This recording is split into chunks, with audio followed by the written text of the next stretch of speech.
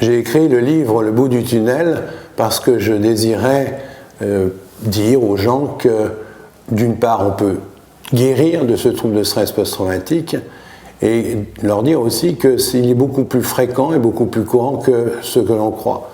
En effet, il touche aussi bien des personnes qui sont victimes d'accidents que de catastrophes naturelles, que de personnes aussi, que des personnes qui ont été battues dans leur enfance, qui sont répétitivement exposées à des événements traumatiques.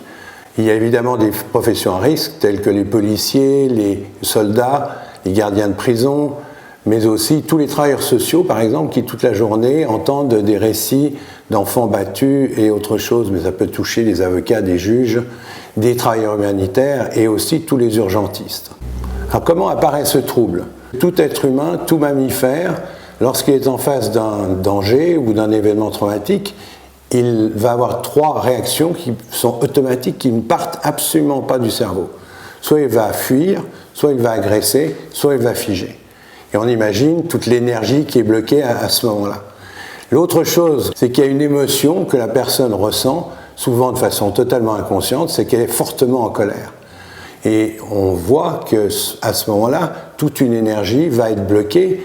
Et à ce moment-là, qu'est-ce qui se passe? Eh bien, on a l'ego, le mental, qui nous coupe du moment présent, qui nous coupe de nos émotions et qui nous coupe aussi de la personne que l'on est, qui va intervenir et créer d'énormes tensions.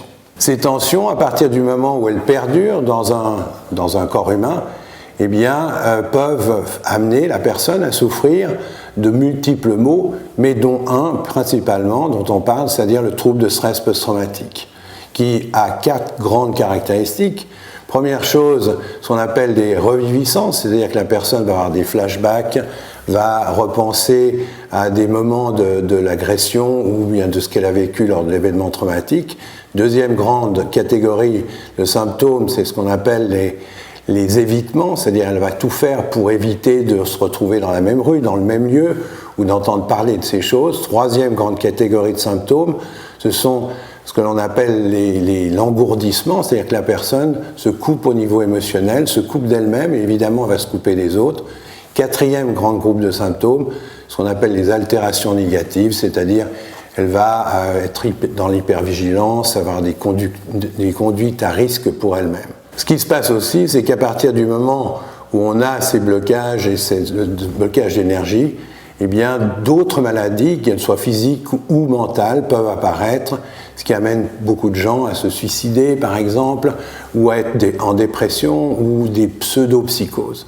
Alors, comment guérir, mais aussi prévenir l'apparition de ce trouble de stress post-traumatique?